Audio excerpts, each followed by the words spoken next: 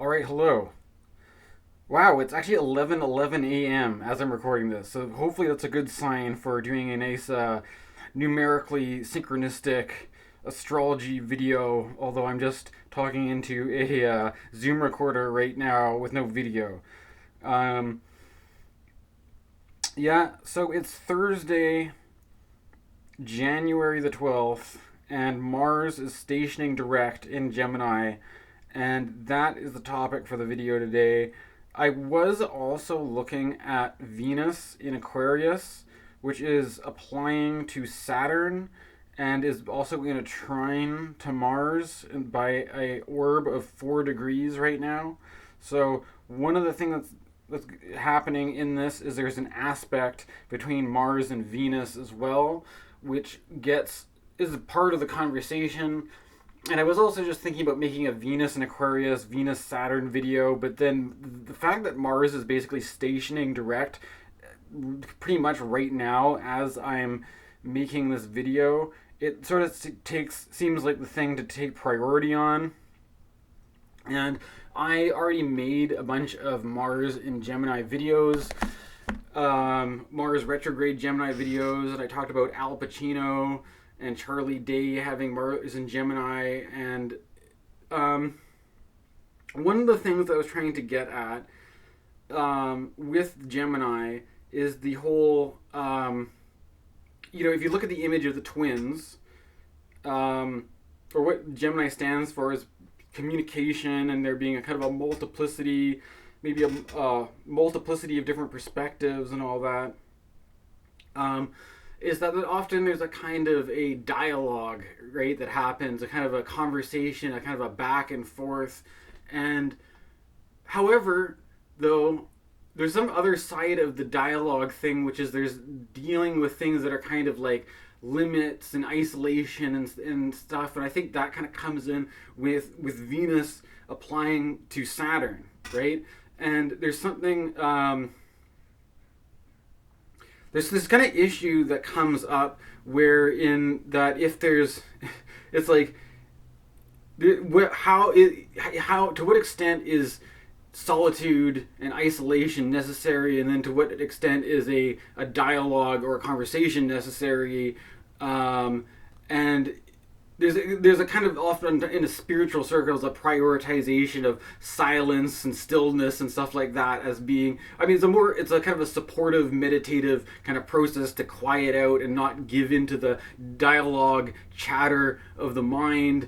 And quite frankly, though, when we're talking about Mars in Gemini, Gemini is a very chattery kind of sign, and Mars is a very brings a lot of that kind of inflaming kind of energy to Gemini. And so I kind of was expressing that with these kinds of loud kind of outbursts, vocal outbursts from people like Pacino and Charlie Day and stuff like that, to kind of communicate the some of the challenges with this retrograde Mars in Gemini in the kind of conversational or the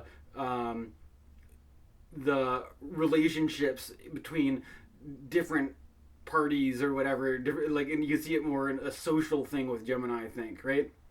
And there's an attitude, there's something about social friction that's there with when you put Mars in with the Gemini archetype. And there's also something about the with Venus and Saturn, because in some way I find that Saturn represents a kind of a heavy, well, that's not I find, that's what it, lead, the heavy leaden Saturn and the light Venus is a kind of a contrast in a way. But in Libra, they find a way to both be rulers of Libra, exaltation ruler, domicile rulers of Libra, Venus and Saturn. And then we've got them in air signs, and we got Mars in an air sign. So there's that's kind of where I'm going with this video, this idea.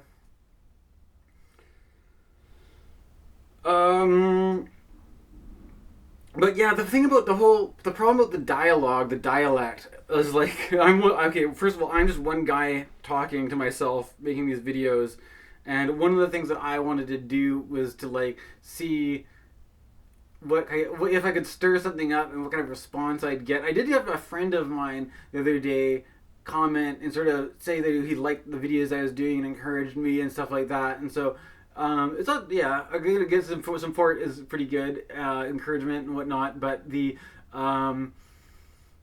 like, I'm just thinking, like, there's a whole I don't know, I'm not necessarily, my intention of this is not necessarily to try to seek out people to do like a conversation or an interview or a podcast with, but to say that to contrast, or, you know, when people do these astrology things, I've done videos with other people having conversations and dealing with, you know, different perspectives and different or, you know, when you do something like Clubhouse and you just like get thrown into a group of a whole bunch of people that other astrologers or something like that. There's that kind of goes with the multiplicity kind of thing of Gemini versus the Venus and Saturn and Aquarius seems to, like, because Saturn is the ruler of Aquarius and Venus, although Venus rules Libra, Venus doesn't have that same dignity in Aquarius. There's a predominance of Saturn influence that tends towards isolation or tends towards reservation or the kind of closed offness of Saturn, I find. Or I don't know if that's there's maybe a better way to illustrate this. I was, you know, like, for one thing, it's like I can sit in my bedroom and I can just talk about things in an abstract way. But I was thinking, to give an example, if I'm saying his name right, Nietzsche, he always talked about how, like, not to make any decisions, or not to, like, you do your best thinking not when you're just holed up in your bedroom, but when you're out walking around in the world. And that I've through my own mental health stuff, I find that exercise has always been an important way to develop my health and get better and stuff like this. 'Cause I've never been a very athletic person, and I'm not naturally inclined to be that athletic, but that to develop natural habits of being healthy and stuff like that. So to go for a walk rather than just being holed up and thinking about things and get out into the world. So I was in the process of walking my dogs as such, and then being involved in a certain thought about Nietzsche and walking, and I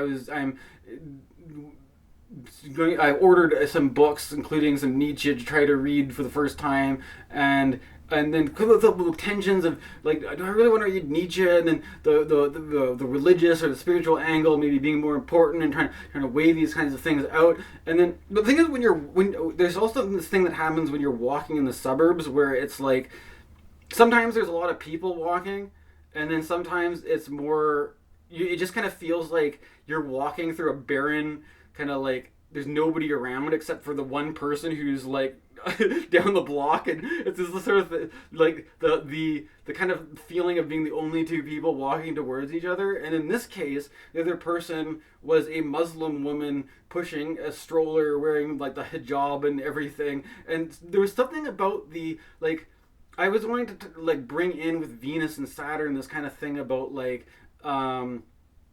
Islamophobia or something like that could be an example, or also the thing about the whole thing about like how you're presenting yourself, and how certain, like, as I am a white dude just walking my dogs in a neighborhood, and there's some stranger that I don't know anything about, and then but having to just sort of like compute, they're like, oh, okay, so this person's obviously Muslim, and they're obviously either a mother or they're pushing somebody else's baby stroller, and so it's kind of, before you can even say anything, it sets up all this whole dynamic of how you're supposed to relate to this. And then but meanwhile, I'm thinking about like Nietzsche and Sufis, and how does that play into this dynamic, right?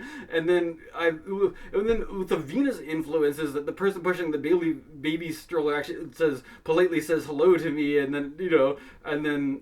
But then again, like, where does it? I'm just going, like, what do I do with all this? I'm talking about it into a Zoom recorder. It doesn't seem like it. Does this actually have? That's a Saturn thing. There's this kind of social barrier that, like, the differences of culture and stuff like that makes it sort of like you want to have a dialogue with your neighbors, basically, is what I'm trying to say. There's differences. We live in a multicultural kind of thing, and there's a wanting to have a like you could have like, but there's this whole thing about just taboo to talk about like religion and politics and all this kind of stuff. So I'm kind of spinning this together back to that Mars and Gemini, where it's like the chatteriness, right? The thinking, overthinking things too much, and then also like the thing that if you can have a dialogue with people, or you could have people in conversation, or you could, or else that just becomes it becomes a bit schizo, because you start to do that internally, right?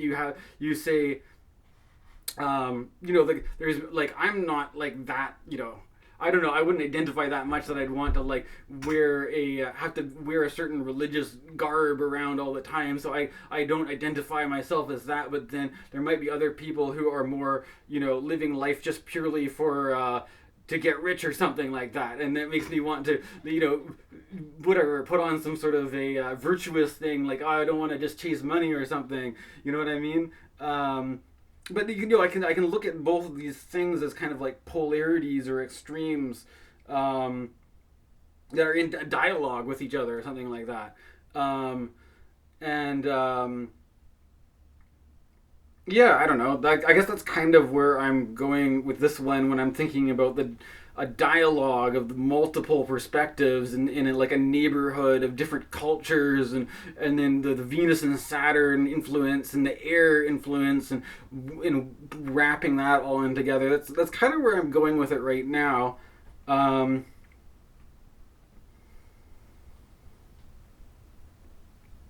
There's something I wanted to say though too about, there's something about like,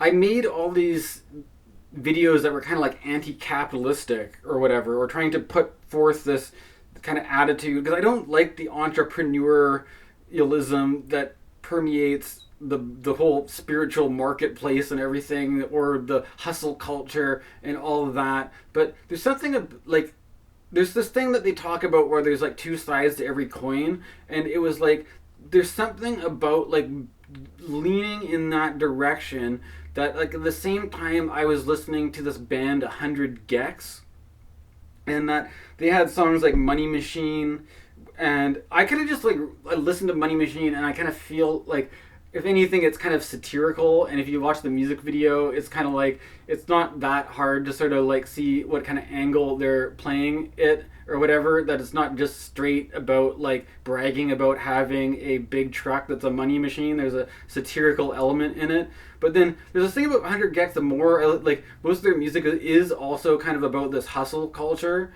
that I honestly don't like very much, but it's sort of like, in some way there's something pleasurable about this really dumb, like hyped up music that's kind of like, it feels like it's making fun of this thing that I don't like, and but in a way that is in kind of enjoyable, that you can, it's sort of like, it's almost a transcendent quality to it, right? Where it's somehow you're stuck in this stupid capitalistic, entrepreneurial, libertarian, poppy, sugary, like it's all sugar and no substance, and it's not good for you, and it's obvious that it's not good for you, and you're just gonna have a sugar rush and crash, and that's kind of like the 100 Gex, and that actually goes pretty well with this Mars retrograde and Gemini kind of vibe too. Like there's something about this just sort of like that culture, which I find really unhealthy, and I don't like it, but there's a way that people, that art, I took this art course from J.F. Martel, and one of the ideas he was highlighting was this Oscar Wilde kind of idea that art is essentially amoral. But there's something that in the amorality of, even if you have pop music that, I don't know, there's something about, like, I'm going to explore this, right? There's another, coming out of all this though, I was listening to 100 Gex. The 100 Gex, one of the guys from them produced a song for Charlie XCX, and then it got me into listening to more Charlie XCX. And I actually was getting really into Charlie XCX as terms of just writing pop music that's like punchy and poppy and hits all the spots that I'm looking for. And she's British, so there's something about British pop that I somehow, for some reason, like more than American pop. There's something about her that I like anyways, but of course it always falls into the same tropes of being about a kind of like shallow, like, you know, you're just gonna party all the time, and you're just gonna have casual sex, and you're just gonna do drugs, and you're not gonna, and like that for some reason. Well, I guess pop doesn't have to get stuck on that. Like if you look at Kate Bush, the Kate Bush song that got really popular, "Running Up That Hill," it's talking about something which is a lot more deep than a lot of that shallow pop stuff, I would argue. And a lot of Kate Bush's, what makes Kate Bush great is that she's got a deeper level of songwriting, and that I do like Charlie XCX's. It's the style and when the melodies and how it all sounds and his delivery, but she's kind of she starts to approach a Kate Bush territory, but she's not quite there yet, maybe, right? But she's going through her Saturn return, and then it's really funny. She actually put out this song. So she's got Saturn in Aquarius, and she's got Mars in Gemini, right? So which got me thinking that in the similar way that this sort of, you know, I was talking about Al Pacino, I'm talking about Charlie Day. If you want to go in a more female direction with this, Charlie XCX is also, her chart is also in some ways very similar to some of the astrology, at least Saturn and Aquarius, Mars and Gemini, right? And since that's the topic of this video, it fits, right? So where was I going with all this? Joey, this song called Mow Your Lawn. I thought it was really funny because, like, okay, my personal life is I'm stuck. I'm like, well, I'm not stuck. If there's anything that I've got to my name is that I've got this piece of property, this kind of like it's a little bit overly large piece of property that it's like once my mom passes away, it goes to be my sister, and that's the most I really have to my name is this property, and it's like, so like, I'm on disability, and the most I'm thinking productively, I'm helping to look after this property, and I'm helping to look after my aging mother and all her stuff and all this kind of thing, and it's, I don't know, maybe it's a bit dependent or something, but it's kind of funny, like I also put in these videos that I'm making, I don't even have a driver's license, and there's something about me presenting myself as being anti-capitalistic and not driving and avoiding car culture and avoiding chasing fame and success. But then there's something about the Charlie XCX thing that it's like a polar opposite to that, because she's all about fast cars, and she's the million dollar babe screaming down the fast lane, you know, like, it's just like, and this hyped up like party, like I had to stop partying because I had mental health problems or whatever, and her lyrics are all like what is it, like I don't know, never sleep, hit it on repeat, and like, you know, like up to 7 a.m. with your friends and all that, like this little adolescent party culture thing that I kind of had to grow out of, and I think it's kind of like an unsustainable lifestyle, right? And her last album, she had this album called Crash that is sort of like the burnout. And it actually, the thing is great is that I'm into reading all this Young Chul Han, like the Burnout Society, stuff like this, and it's like kind of, and he's also reading now about whatever. I'm reading Hyperculture. I'm in the middle of reading Hyperculture right now, and it fits in very well with hyperpop. It fits very well into, it's like Charlie X. There's like, you know, it's better to burn out and fade away, or there's better to burn out, like to do a sick burnout. Like, you could look, Charlie XCX is kind of like more of like doing the sick burnout than the Kurt Cobain burnout, like the car culture thing, kind of. Or there's also this whole you could push it into a J.G. Ballard Crash angle. Another, I've read the first 10 pages of that book, but it's a bit like that one's a bit kind of hard to get through. But it's a interesting literary experience, I'll give you that much. So I don't know. Is that enough for? But what you know what I'm trying to say though, right? Is that there's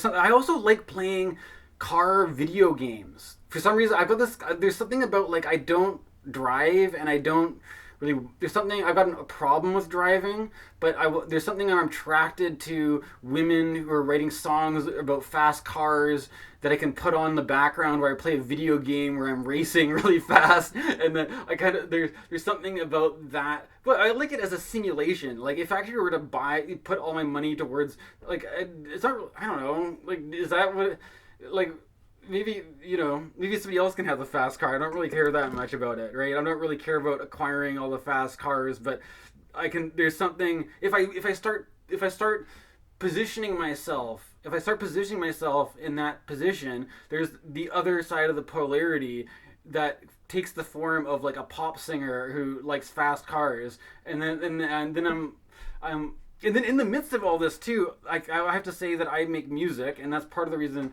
why I'm interested in whatever pop music, electronic music is for. I don't know, because I like listening to stuff and being like, could I do that? Like, could I make my music more poppy? Could I make a pop song if I wanted to?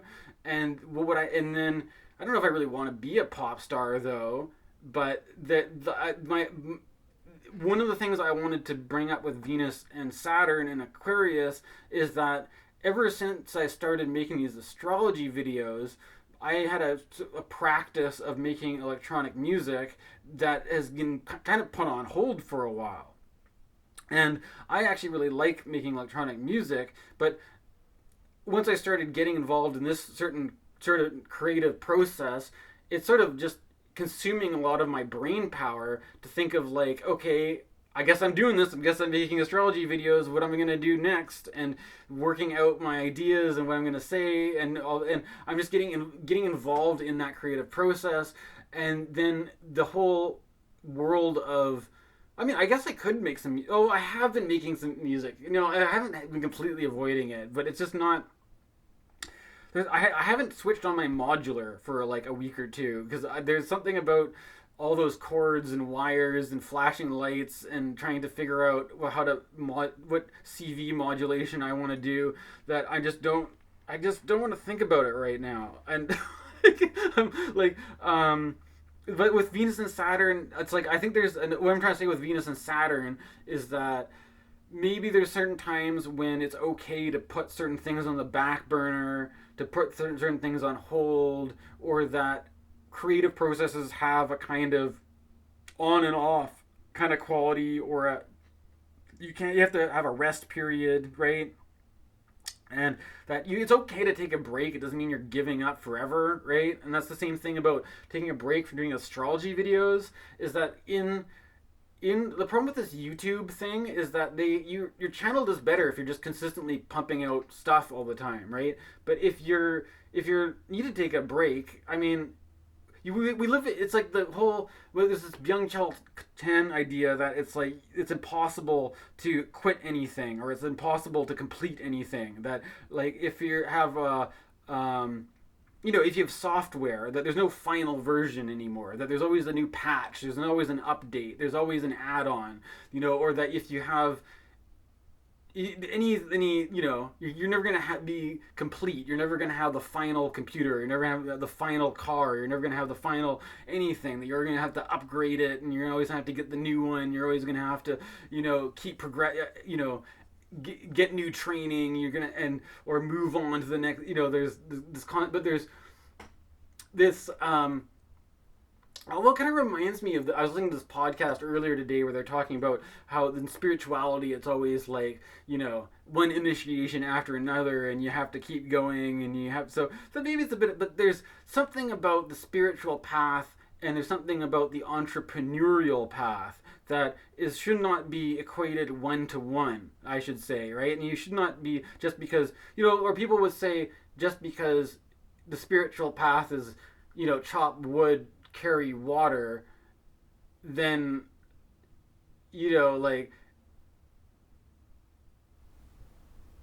well, maybe maybe it is chop wood, carry water, you know what I'm saying? But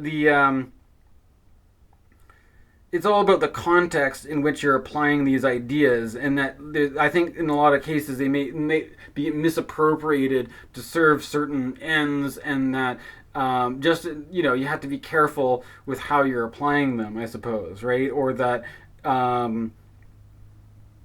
or like the whole thing about double-edged swords, that like if an idea looks like it might be useful for a certain thing, you may not understand exactly, what that idea is for, or where it comes from, or all the other implications that the idea has.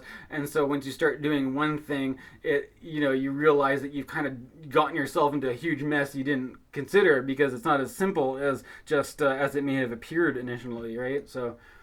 And I think there's something about that with Gemini, is that the sort of the tendency towards things getting complicated, and Mars wanting to reduce something down to something simple, and that can be not always, I don't know, that doesn't always work out maybe.